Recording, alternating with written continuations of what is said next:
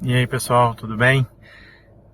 Peço você que não pule a introdução para você entender um pouquinho aí por que nós não tivemos vídeo essa semana passada. Bom, eu fui acometido por uma dengue fortíssima, nunca tinha pego esse negócio, Deus me perdoe. E eu fiquei muito debilitado, gente, muito ruim mesmo. Febre durante 4, 5 dias altíssima, em torno de 40 graus, dor no corpo, sem me alimentar. Fiquei acho que 3 dias sem consumir nada de alimento, só líquido mesmo. E depois comecei a me alimentar, mas tudo que eu comia voltava.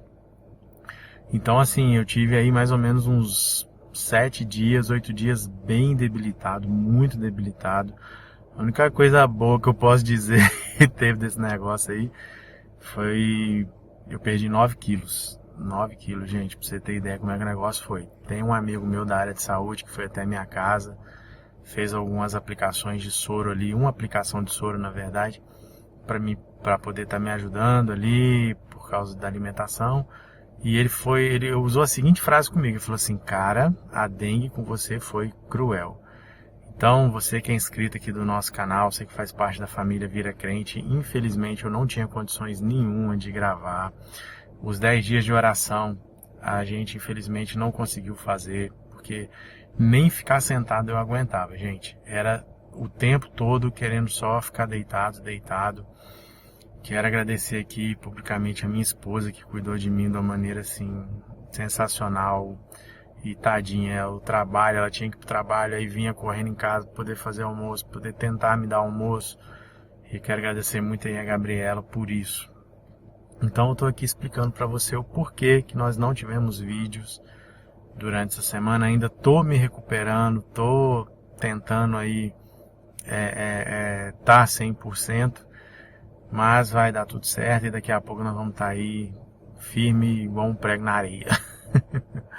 Bom, e você se cuide aí, por favor, com esse negócio de dengue, esse negócio não é brincadeira. Eu tive Covid, dengue, e vou ser sincero com você. Eu tive Covid anteriormente, né, lá em 2021, mas eu não sei qual dos dois que é pior, tá ok? Então hoje eu vou estar falando aqui a lição, a gente vai estar fazendo um resumo da lição aqui do carro mesmo, tá ok? E espero que você entenda aí. Bom, título da nossa lição dessa semana: a igreja perseguida. Nosso texto-chave ele está em Daniel no capítulo 7. O capítulo 7 de Daniel ele abre dentro do livro do profeta a seção profética. A partir do capítulo 7 que realmente se aprofunda a profecia bíblica e ali logo no começo tem uma comparação com a visão que Nabucodonosor tem no capítulo 2. Daniel vê 4 animais, desses 4 animais são 4 reinos, e eu não vou me deter em cima disso daqui dos animais, porque isso vai demandar muito tempo, mas é extremamente importante você ler todo o capítulo 7 de Daniel, para poder pegar o contexto da nossa tirinha e pegar o contexto também do título da lição. Por falar em tirinha, vamos para ela. Nós temos 2 jovens batendo um papo, e um deles está muito apreensivo. Ele está aqui, né? Tenho tanto medo da perseguição. Já o outro parece estar mais tranquilo e ele fala: não será fácil passar por isso, mas Deus estará ao lado dos perseguidos e os sustentará. E em resposta, o rapaz que está ali mais preocupado fala, né? Como você pode ter tanta certeza disso? Como sabe que seremos capazes de suportar a pressão e a dor? E a resposta é sensacional. Já viu alguém louvar a Deus acorrentado numa prisão escura? Já viu alguém cantar enquanto as chamas o devoram? Aqui uma alusão a Paulo e Silas, né, cantando na prisão. E cantar, louvar a Deus enquanto você está sendo queimado vivo. Como assim? Que situação é essa? João Russo passou por isso. Tantos outros mártires, por exemplo, Estevão, quando ele foi perseguido e apedrejado, ele olhava para o céu e dava louvores a Deus. Então a tirinha está dando esse ânimo para a gente, dando como exemplo aqueles que foram perseguidos e permaneceram fiéis. E a gente vai agora destrinchar isso daí e entender melhor no decorrer da lição. Os Estados Unidos ele é uma referência, né, quando se fala aí de liberdade religiosa. Inclusive na Constituição americana está lá que o Congresso ele não vai se opor as pessoas que querem adorar, que querem fazer parte de uma religião. Eles se preocupam muito com isso, exceto, claro, se essa religião ela tiver algo que vai contra os princípios humanos. Por exemplo, religiões onde existe sacrifício de pessoas, de crianças. Aí, Estados Unidos é contra. Mas eles defendem, e como os Estados Unidos surgiu a partir de um povo que foge da Europa para poder ter um lugar onde pudesse adorar livremente, no começo as coisas não eram bem assim. No começo era bem radical, eram dois grupos. Nós tínhamos ali os puritanos e os anglicanos. Vamos colocar assim, os puritanos eles eram um pouco mais radicais. Já os anglicanos eles eram mais tranquilos, vamos resumir dessa maneira.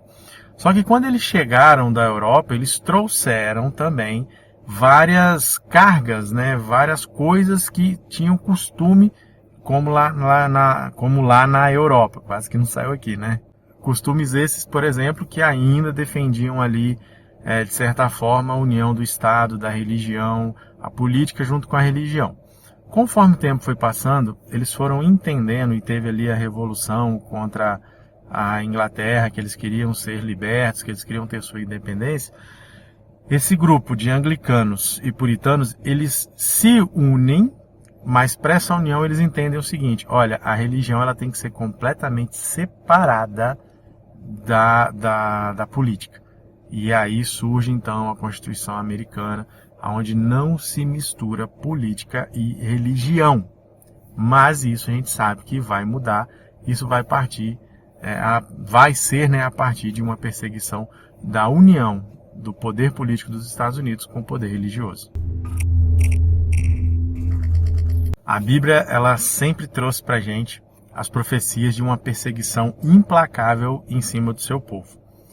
Quando a gente vai para Daniel 7, isso abre um leque gigante para a gente.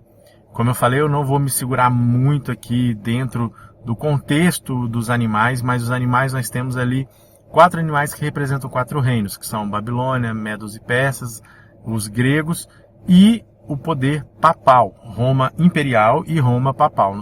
E esse quarto animal que representa Roma é um animal que Daniel não conseguiu identificar, mas ele tinha 10 chifres.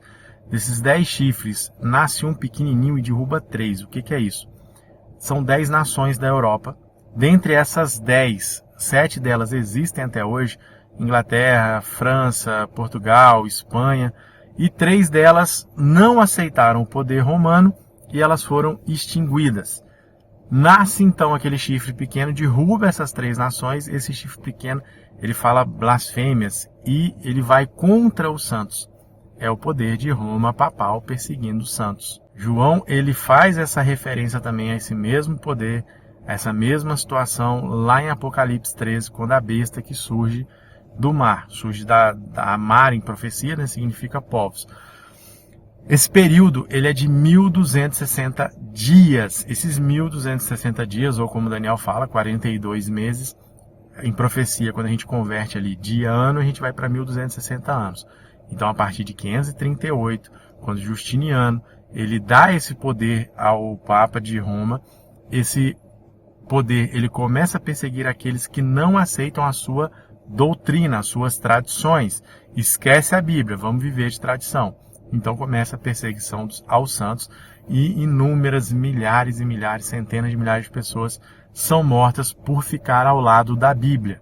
Daniel 7, a partir do verso 8 em diante até o 25, ele deixa bem claro isso, esse momento de perseguição, esse momento terrível que o povo de Deus passaria. Mas, como a gente sabe, nada disso que acontece no mundo, nada que acontece no mundo toma Deus de surpresa. Deus sabia como ia acontecer, o período que ia acontecer. Muitas pessoas perderam a vida, mas Deus preservou também a vida de muitas pessoas para continuar a pregação do Evangelho. E começou em 538, lembra? E termina em 1798 com a prisão do Papa Pio. Quem fez essa prisão? O general Berthier, que era um dos generais de Napoleão. Lá em Apocalipse fala de uma ferida mortal que esse sistema, que essa besta, que esse poder iria sofrer. E é exatamente isso que acontece quando Berthier prende o Papa. Paulo se refere a esse poder que perseguia e que matava os cristãos, no período ali, né, de Roma Imperial, como o filho da perdição. esse título foi reservado para Judas. O que a gente entende com isso? Judas, ele viveu com Cristo, certo?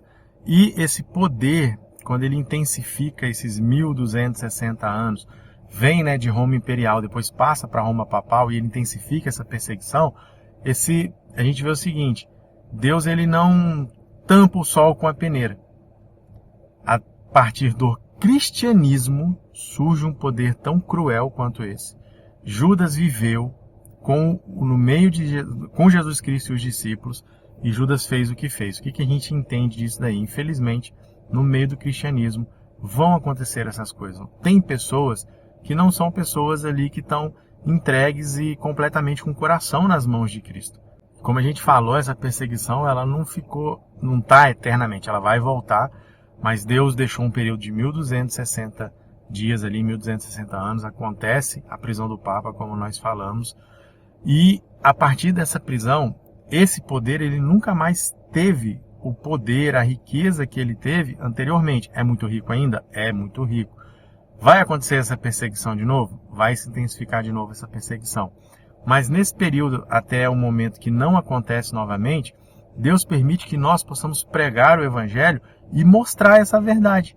Mostrar o que aconteceu e o que vai acontecer com o povo novamente. E falando especialmente da nossa igreja, olha como a nossa igreja fortaleceu nesse período, né? A igreja veio, o cristianismo, aí surge a igreja adventista dentro de um período profético também. E nós temos hoje aí templos, escolas, instituições onde o evangelho ele é pregado, onde o evangelho está sendo expandido. Quando acontecer novamente essa perseguição, a gente entende também que vai ser num curto período de tempo e principalmente nós temos a oportunidade para que muitas pessoas, inclusive nós, não sejamos pegos de surpresa. Todo mundo passa por dificuldade, não é verdade?